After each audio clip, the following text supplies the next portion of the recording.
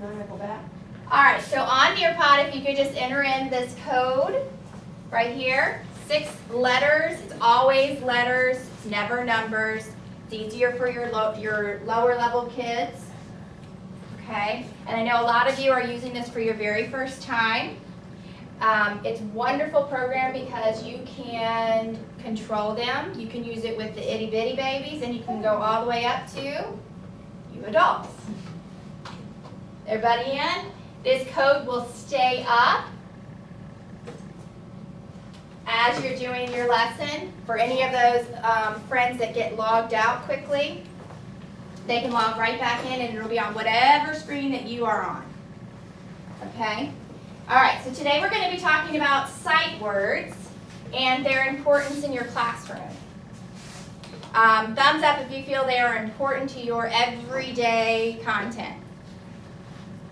All right? And you can even put your thumb to the side if you feel that you're in the upper grade and you don't have time for it. But today we're going to talk about why it is important. Okay?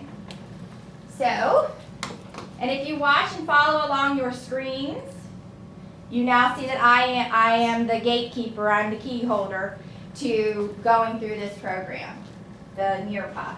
All right? So, this right here is our jobs. It's our life.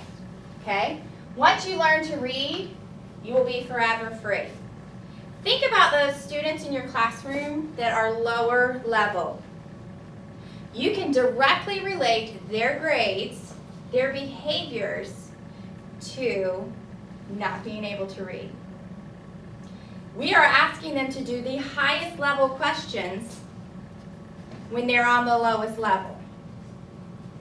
So let's look into a supplement program to help raise their reading abilities. All right, if you'll just take a minute and you're going to fill out this question for me. In your own words, what are sight words? And do you feel that they are important to a student's education?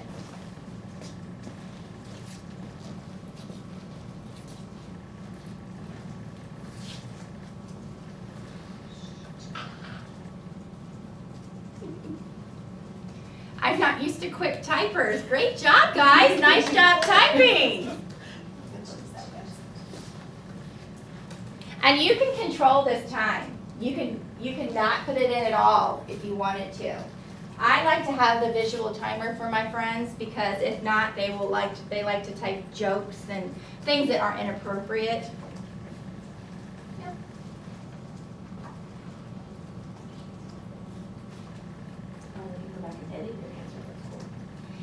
And this is my favorite part, is that you can actually view what someone is typing.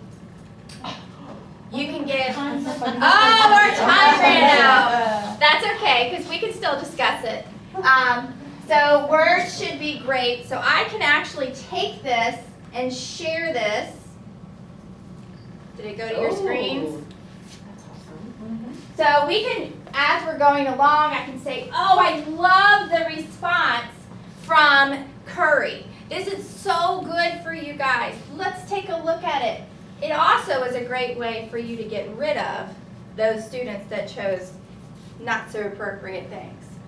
All right, so the one that was shared with you says, words that students should be able to recognize and read upon sight.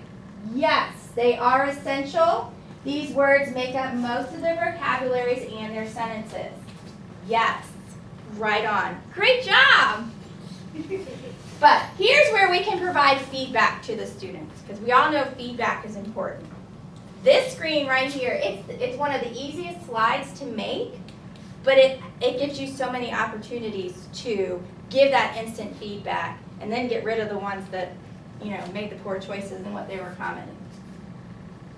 All right? This is another way that you can pay attention. If you look at the participation at 83%, you can tell immediately which kids are struggling or not paying attention in some cases, and you can address it. All right? You can also do exit tickets here, which is one of my favorite things to do because this saves when you go back. And it automatically scores it for you too. All right, so let's bring it back to our sight words. And why? Why are sight words important? So this is based on research, and this is the first 1,000 words in the English language as they are introduced. So they are given to you in an order of when a child is exposed to these written words.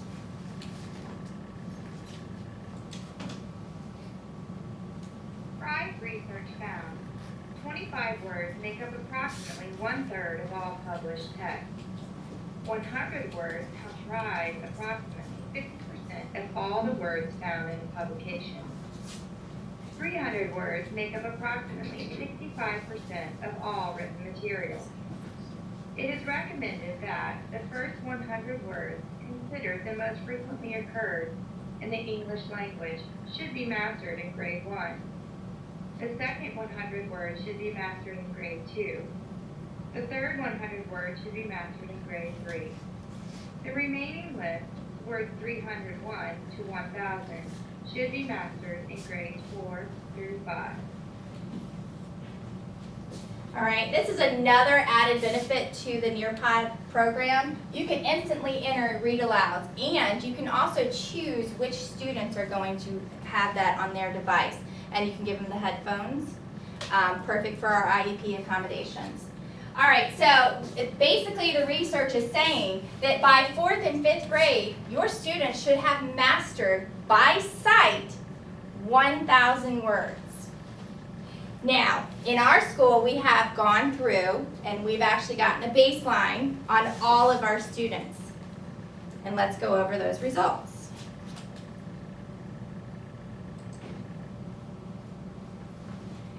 So in reviewing the tiers, we went through tier 2 and tier 3 students, and these were the amount of students that were found below grade level. They were performing below. And based on the words that we found, going through the first 1,000, based on their requirements per grade, this is how many students fell below the benchmark. Okay, so in our overall school, we have 227 students that are below grade level expectation. That is a huge percent in our school. All right, so I know what you're all thinking. You're thinking, great, something else for me to have to do in everyday education. When am I going to get this time? You want me to add more to what I'm already doing? My plate is full. I cannot add anything else. You can't afford not to. I teach 5th grade, and the majority of the students that I got at the beginning of the year were functioning on a 2nd grade level.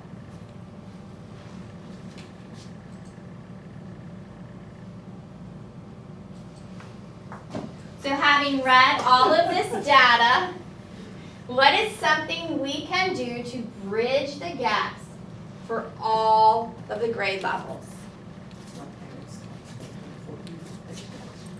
And you can, like I said, you can choose not to have the timer on here.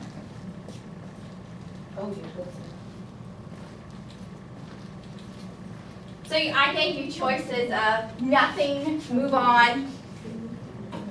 I gave you a choice of, I have no idea what to do. Try a new method that is research-based. Or just ignore it. All right, so now here's another added benefit of Nearpod.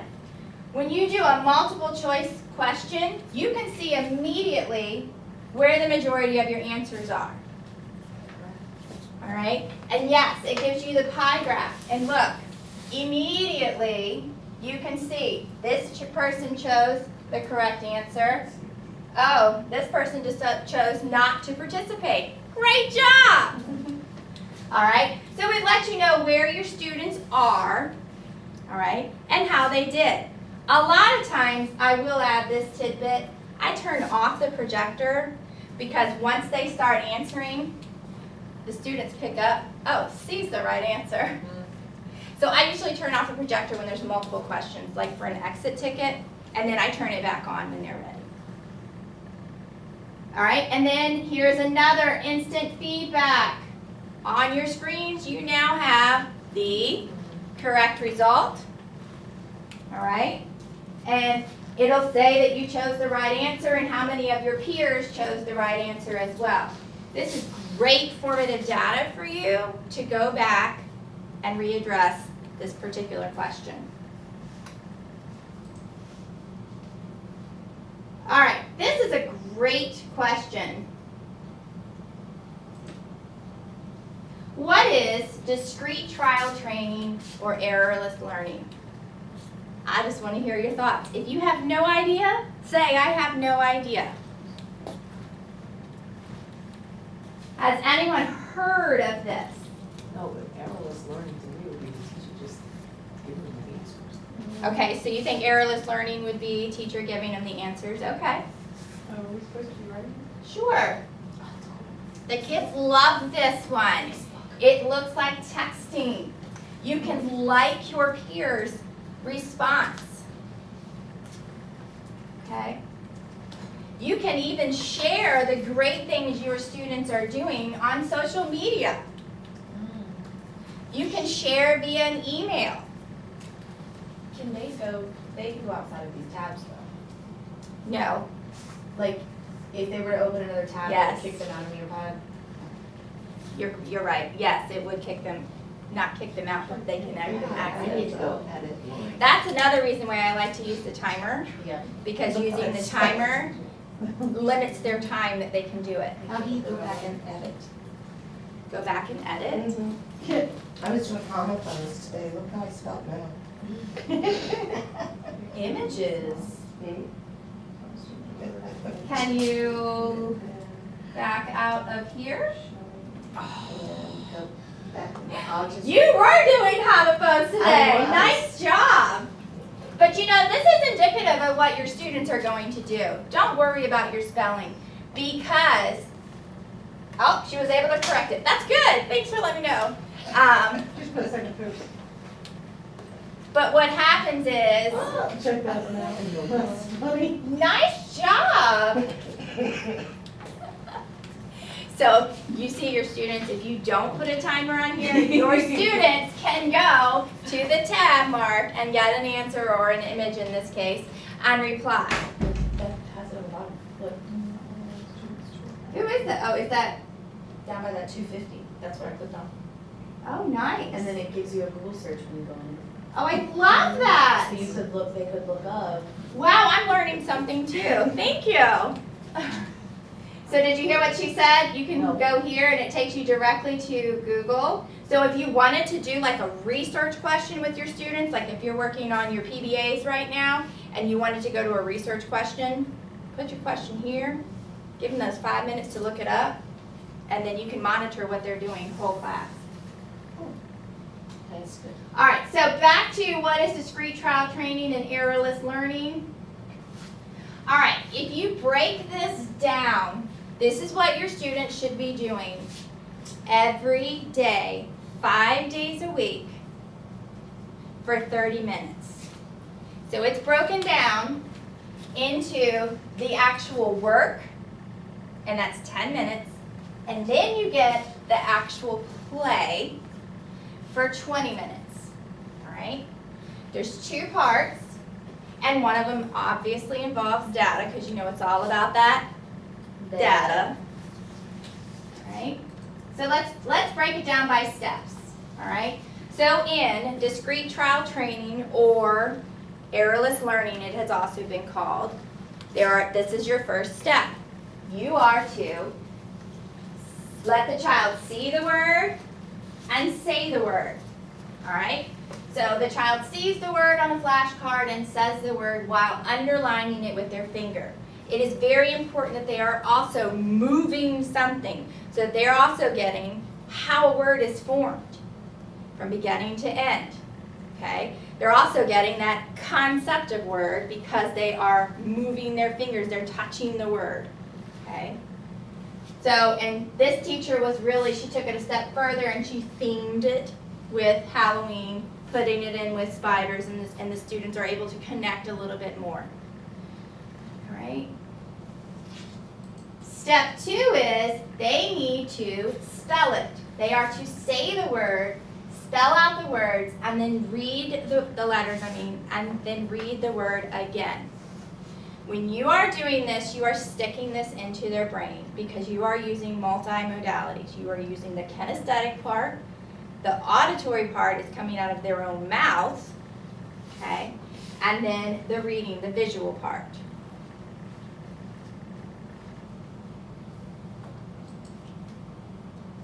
And then this one especially helps the lower learners, and it also helps the special ed students. Tapping the word, banging the word will give the child another chance, opportunity to read the word. So let's all spell the word red together, R-E-D. Just tap it out 3 times, R-E-D. So they now know that there's how many letters in that word? 3. So they're getting that kinesthetic portion of this. All right, and then there's air writing. This one's a little more difficult for students in the upper grades because they're embarrassed by this. They don't like to share this. So you can be creative with this and do the salt tray on the table and have the student writing it with their fingers. And keep in mind, they're doing those more difficult words as they go up. Some of these words are like 10 to 12 letters long, okay? So here's a picture of the student, and she's literally moving her arms. So if she's doing red, she would go R-E-D. So it gives them that visualizing aspect. So these students have multiple opportunities to connect to these words. All right.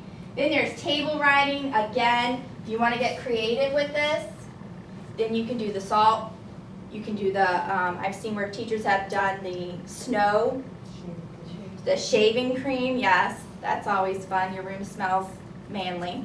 And clean, yes. All right. So, and you need to have them look at the word again, do the word, and then try it again without this. Now remember, we're trying to get this all within the first 10 minutes, okay? And then always, always, always get the data at the end of it. Was your child able to independently say the word? Was your child not independently trying to say the word? So here's a list, and the entire school has these. We have an Excel spreadsheet that has exactly what words the children know, the amount of words they know, and what level they are on. All right? And we're trying to keep it to the grade level. Kindergarten should know first 100.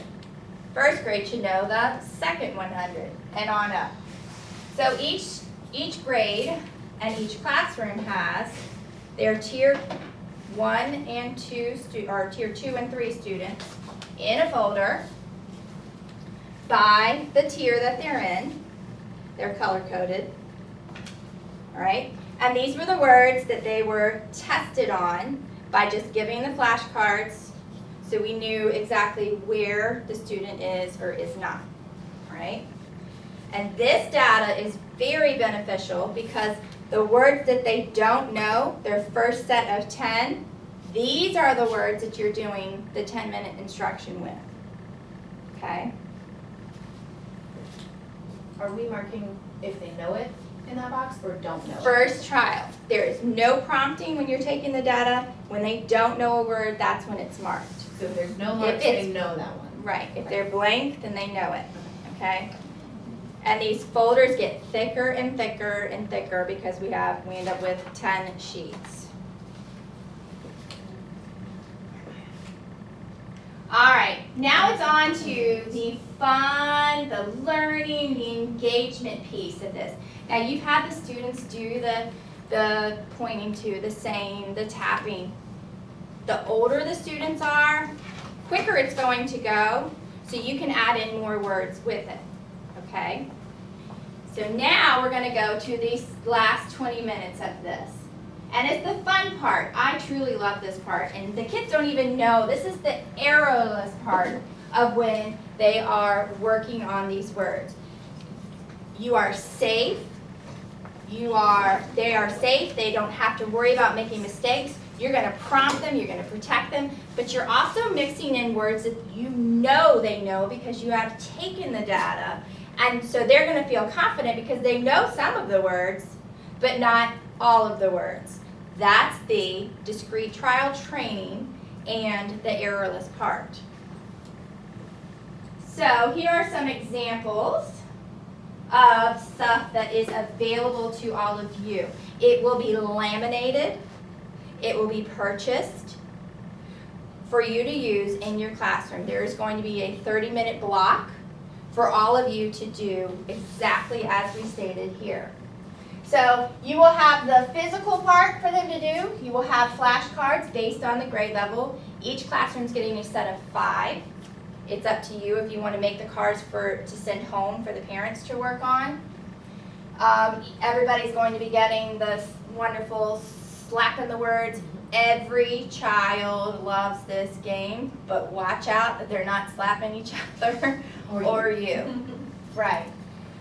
There's also themed packages that are in there.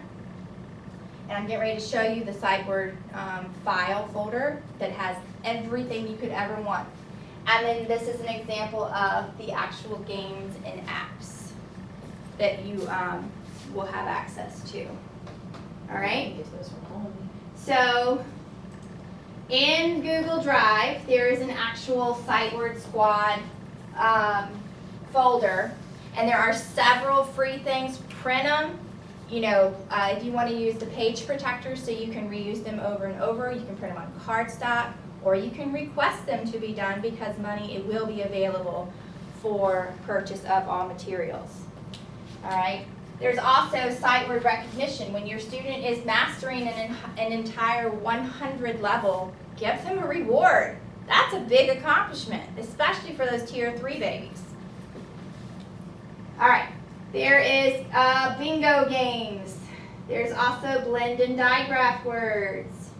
There's rings. These rings are amazing, especially if you're waiting in the bathroom line. You can just put it on a ring, let the kids look at the words, say the words. As they're waiting in the bathroom line, pass it on back. Pass it on back. All right? There are puzzles they can use. All right? These are roll-a-word. You will have access to a bunch of dice, the big foam dice, you know, and they can roll them and read a column. They call them the one-breath boxes, where they're challenged to read the words in one breath, so you can have your students go and then read the words. They love that because it's a challenge, and all of our students love challenges, right? Big or small.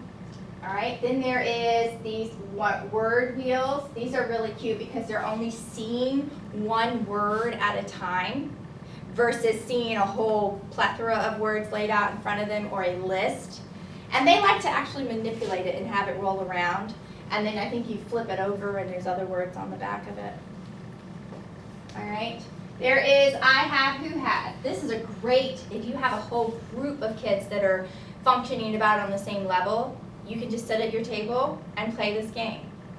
This is I have, who, you have. They're hearing the word, they're hearing their peers say it.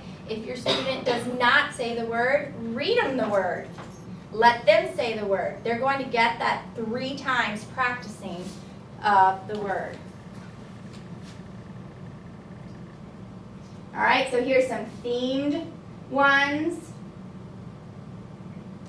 Here are bookmarks. These are nice because you can print multiple copies per sheet. That's easier on, teachers with their limited copies.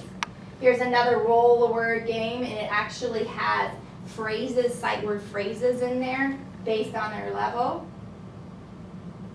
All right, here's some sight word sentences, and it's all based on the level that the student is performing. Here's another slap the word. I have, who has. And then here are the data sheets that we are using, right here. There are 1,000, and your students, you're probably going to assess until they've mastered, then move on.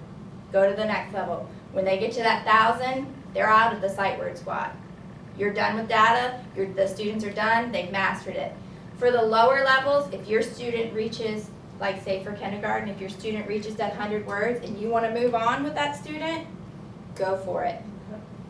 The beautiful thing about this is that next year, the student data will be put into their classroom folders, and that teacher on the first day of school will know exactly where that student is, what they're lacking, and where to begin.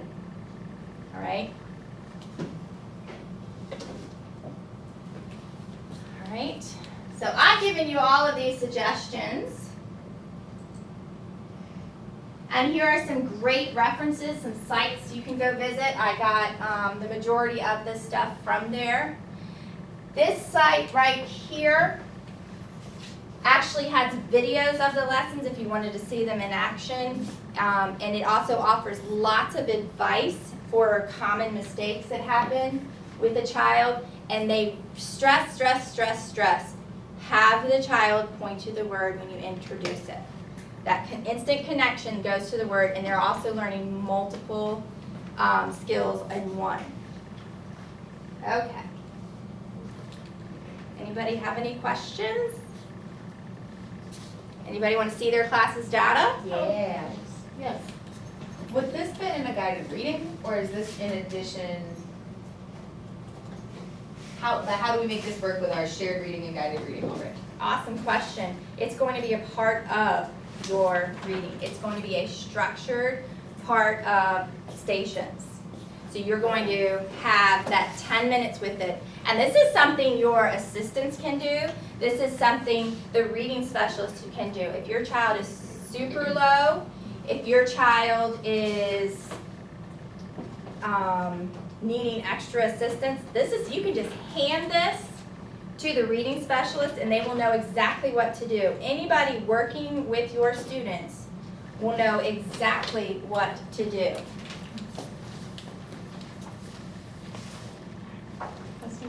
Yeah. Thank you.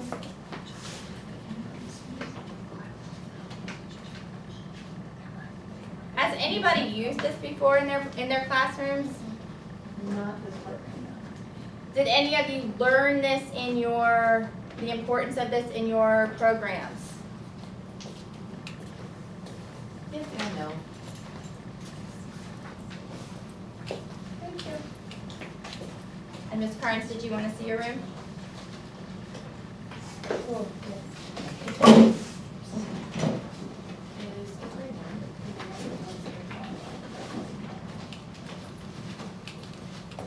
So as you see, the folders get thicker and thicker as they go higher.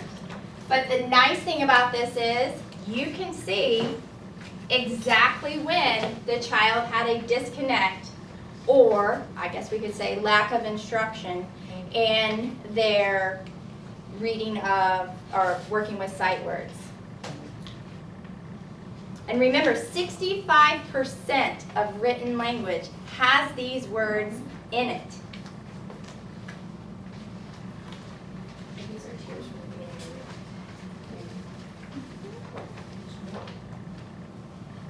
And the nice thing about this is that it's very, very methodical. So in taking the data, your assistants can do it, the reading specialist can do it. And if you are doing this by group, like your tier 2 and your tier 3, you can literally just take 5 minutes of a group and lean to one friend and have them read a section of the data. Because so if we only have the few kids that need to be doing this with us, what are the others doing during that time? Now, if they are in the tier 1 and they have not been assessed, you're welcome to assess them to see what words they know or don't know.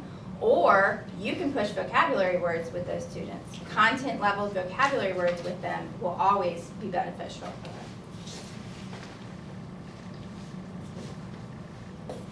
Any questions?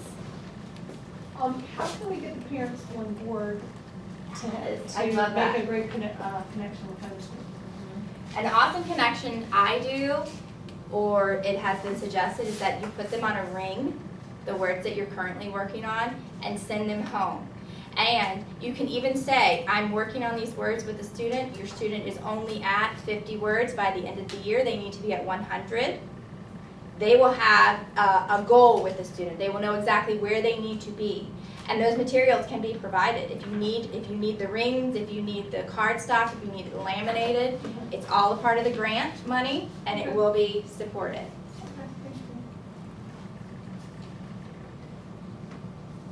All right. Thanks everybody so much for attending. If you have any questions, don't hesitate to contact me. Thank you. Thank you.